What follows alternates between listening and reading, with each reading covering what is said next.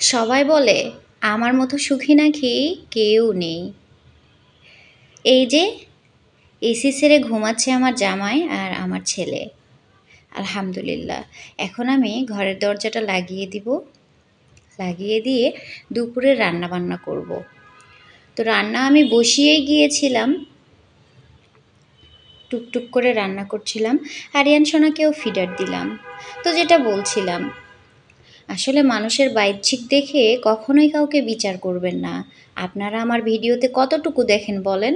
যতটুকু আমি দেখাই ততটুকুই দেখেন, এর থেকে বেশি কিন্তু না। একটা দিনে ২৪টা ঘন্টার মধ্যে অনলি ৩ মিনিটের ভিডিও দেখে আপনি যদি আমাকে জাজমেন্ট করেন, তাহলে কিন্তু আমি বলবো যে আপনিই ভুল। তো যাই হোক, আজকে আরিয়ানের পাপা বাসায় আছে। তো আমি বললাম যে, "তোমার একটু শরীর খারাপ লাগছিল বলছিলা, ঘুমিয়ে নাও।" তো সে আমাকে কিন্তু কাজে হেল্প করে। আমি বলছি না যে সে আমাকে কাজে হেল্প করে না। ১ মাসে হয়তো ১ দিন সে আমার ফ্লোর মুছে দিল। সেটা দেখেই ভিডিওতে দেখেই আপনারা কিন্তু বললেন যে, "ভাইয়া এসব করে দেয়, আপু অনেক সুখী।" হ্যাঁ, আমি সুখী।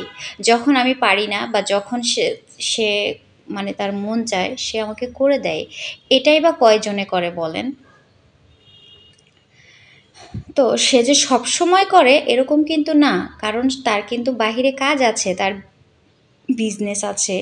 তার আসলে আমরা যে ডাল ভাতটা পাকাচ্ছি এটা কোথা থেকে আসে বলেন? সে যদি সারাদিন ঘরের কাজই করে দেয় তাহলে টাকা পায় কোথায় আর খাই কিভাবে? আমরা চলি কিভাবে বলেন? যতই অর্থ সম্পদ থাক না কেন, কোনো মানুষ কিন্তু বসে বসে খায় না। তো অনেকেই জাজমেন্ট করে আমার ৩ মিনিটের ভিডিও দেখে, এই জন্য আর কি কথাগুলো বলছিলাম।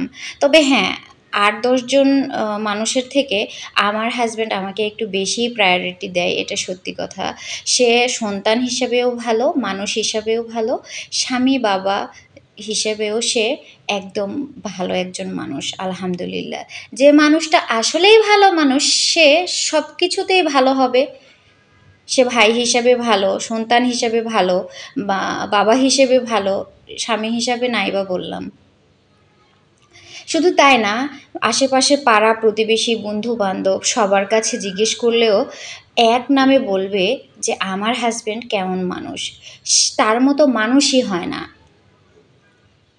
সে পারলে তার নিজের সবকিছু বিলিয়ে দিয়ে সবার সাথে সম্পর্ক ঠিক রাখে। তো যাই হোক, এগুলা কথা আর না বলি।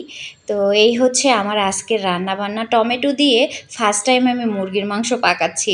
জানি না কেমন টেস্ট হবে, এইজন্য আপনাদেরকে বললাম না। যদি টেস্ট ভালো হয় তবে আবারও আরেকদিন আমি রান্না করে আপনাদেরকে রেসিপিটা দিয়ে দিব। আর এদিকে তো ডালে বাগার দিয়ে দিয়েছি। ডাল ছাড়া আবার আমাদের বাসায় ভাত কেউ খেতে চায় না। আরিয়ানের পাপারা ৩০ দিনই খায় ডাল। আর ঢাকার মানুষ কিন্তু এরকমই। তো আমার রান্নাবান্না শেষ। এখন সবাই ভালো থাকবেন।